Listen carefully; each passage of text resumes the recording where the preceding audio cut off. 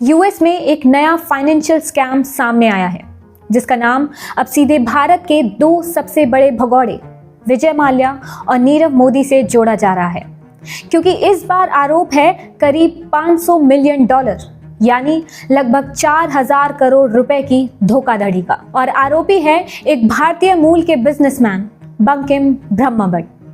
बंकिम ब्रह्मभट्ट लंबे समय से अंतर्राष्ट्रीय टेलीकॉम सर्विसेज इंडस्ट्री से जुड़े हुए हैं। उन्होंने अपनी पहचान उन कंपनियों के जरिए बनाई जो दुनिया भर के टेलीकॉम कैरियर्स के बीच वॉइसेस और डेटा ट्रैफिक के लिए एक पुल का काम करती थी।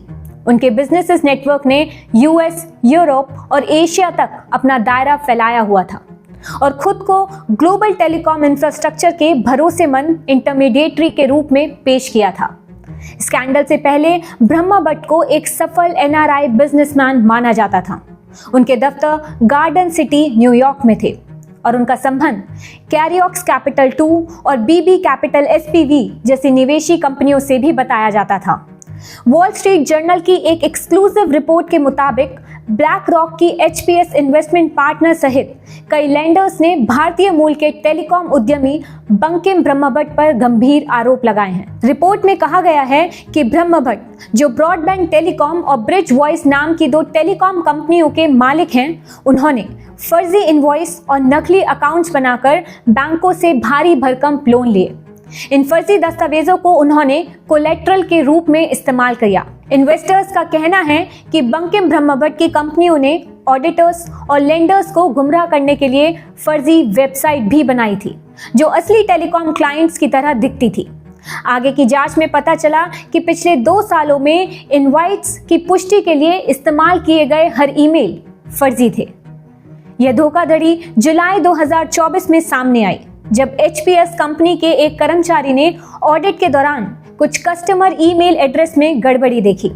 क्रॉस वेरिफिकेशन के बाद बेल्जियम की बड़ी टेलीकॉम कंपनी BICS ने पुष्टि की कि उसका ब्रिज वॉइस के साथ कोई लेना देना ही नहीं था और उन ईमेल्स को एक फ्रॉड अटेम्प्ट बताया गया। ये मुकदमा अगस्त 2025 में यूएस में दर्ज हुआ, जिसमें आरोप लगाया गया कि ब्रह्मभट्ट की कंपनियों का पूरा नेटवर्क जानबूझकर अपने रियल फाइनेंशियल स्टेट को छुपा रहा था और बैंकों से लिए गए पैसे को भारत और मॉरिशस में ट्रांसफर किया जा रहा था। बाद में की गई जांच में डेलॉयट और CBIZ ने यह भी साबित किया कि कंपनियों के कस्टम डेटा, इनवॉइस और कॉन्ट्रैक्ट सब फर्जी थे, जिससे 1 साल पुरानी बेहद जटिल वित्तीय धोखाधड़ी का पर्दाफाश हुआ। लेंडर्स द्वारा सवाल किए जाने के बाद बंकिम ब्रह्मभट्ट रिपोर्टेडली फोन और ईमेल का जवाब देना बंद कर चुके थे। जब इन्वेस्टिगेटर्स उनके न्यूयॉर्क ऑफिस पहुंचे तो वहां के दरवाजे बंद और खाली मिले।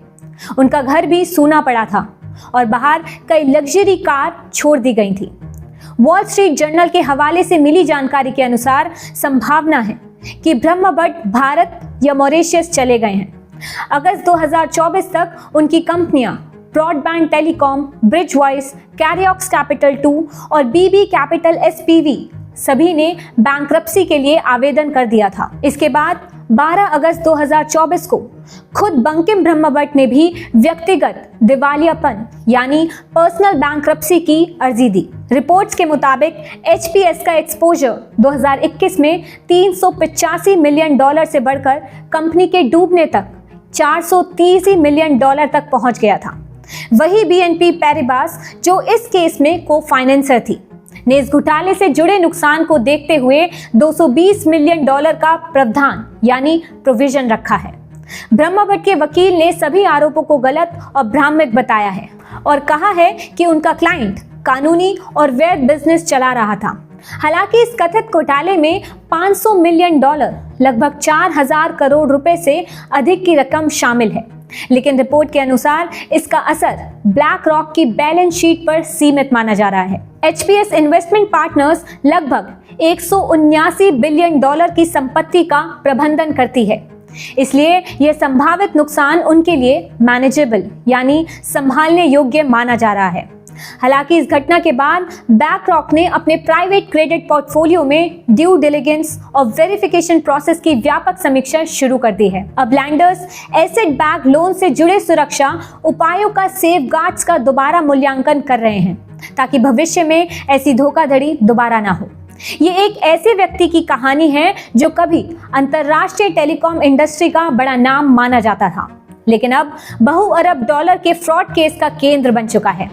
तो अब सवाल ये उठता है कि क्या बंकिम ब्रह्मभट्ट एक और विजय माल्या या नीरव मोदी बन चुके हैं? क्या ये सिर्फ एक कॉर्पोरेट फ्रॉड है या फिर भारत से जुड़े बिजनेस नेटवर्क की एक बड़ी साजिश का हिस्सा? क्या इतनी बड़ी रकम के बाद भी सिस्टम फिर से किसी भगौड़े को बचा लेगा? और सबसे अहम सवाल, क्या भारत एक बार फिर किसी और अरबपति के कर्जे और छल की कहानी सुनने वाला है? ये तो वक्त ही बताएगा। अगर आपको हमारा वीडियो पसंद आया हो तो बजर बट्टू दुनिया को लाइक, शेयर और सब्सक्राइब करना ना भूलिए।